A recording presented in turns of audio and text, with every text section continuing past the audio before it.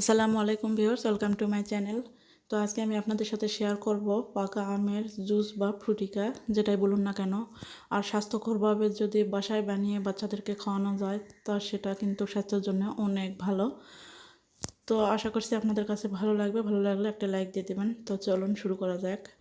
এখানে আমি 5টা আম নিয়েছি, 4টা পাকা আম আর একটা টক কাঁচা আম নিয়েছি। তো কাঁচা টক আম যদি দেওয়া হয় এই জুসের ভিতরে তাহলে খেতে কিন্তু আরও টেস্টি হয়। তো আমগুলোকে আমি ছিলে নিয়েছি, কিউব করে কেটে নিয়েছি। এখন প্রথমে চুলায় একটা পাত্র বসিয়ে দিয়েছি আর এখানে 1 কাপ দিয়ে দিচ্ছি চিনি।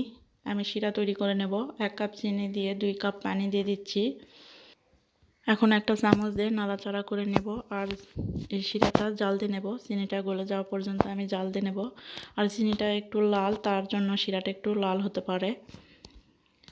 শিরাটা তৈরি হয়ে গিয়েছে। এখন চুলায় কড়াই বসিয়ে দিয়েছি, দিয়ে আমি কিউব করে কেটে রাখা আমগুলো দিয়ে দিলাম।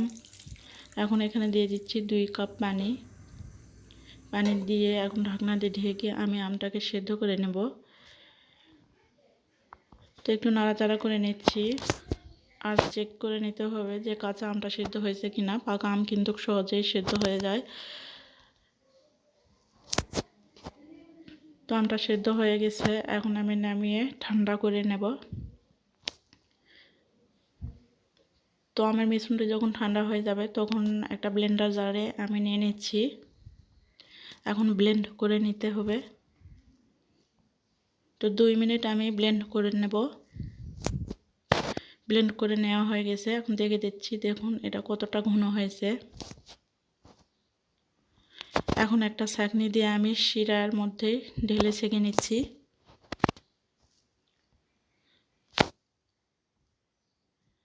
তো ছেঁকে নিলে কিন্তু যে আঁশগুলো থাকে সেই আঁশগুলো বেরিয়ে আসবে। এই যে আমের আঁশগুলো বেরিয়ে এসেছে। এই আঁশ সহকারে রাখলে কিন্তু খেতে ভালো লাগবে না। এখন একটা হ্যান্ড উইক্স দিয়ে মিশিয়ে নিচ্ছি, আর ব্লেন্ড করতে হবে না।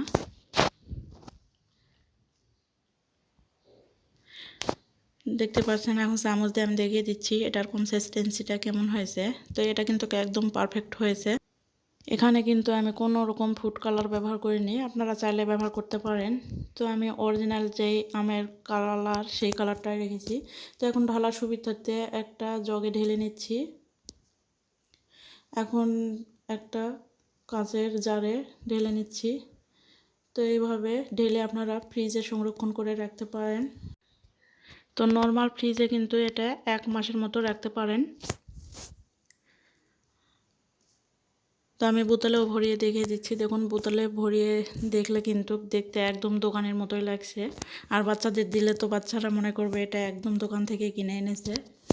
তো এইভাবে যদি বাসায় বানিয়ে বাচ্চাদেরকে খাওয়ানো যায় তাহলে কিন্তু স্বাস্থ্যের জন্য অনেক ভালো। এখন গ্লাসে আমি ঢেলে দেখিয়ে দিচ্ছি। দেখুন, প্রথমে আমি আইস কিউব দিয়ে দিলাম, তারপর গ্লাসে ঢেলে সার্ভ করে দেখিয়ে দিচ্ছি। দেখুন, এখন এটা ঠান্ডা ঠান্ডা খেতে কিন্তু অনেক মজা লাগবে, এবং নর্মাল ফ্রিজ থেকে বের করেও খেলেও কিন্তু অনেক টেস্টি লাগবে। আমের সিজনে বেশি করে এই জুস বানিয়ে ফ্রিজে সংরক্ষণ করে খেতে পারবেন। তো ভিডিওটি কেমন লাগলো অবশ্যই কমেন্ট করে জানাবেন। ভিডিওটি ভালো লাগলে লাইক, কমেন্ট, শেয়ার করবেন এবং সাবস্ক্রাইব করে পাশে থাকা বেল আইকনটি প্রেস করে আমার সাথে থাকবেন। তো আজকে এখানে বিদায় নিচ্ছি। আল্লাহ হাফেজ।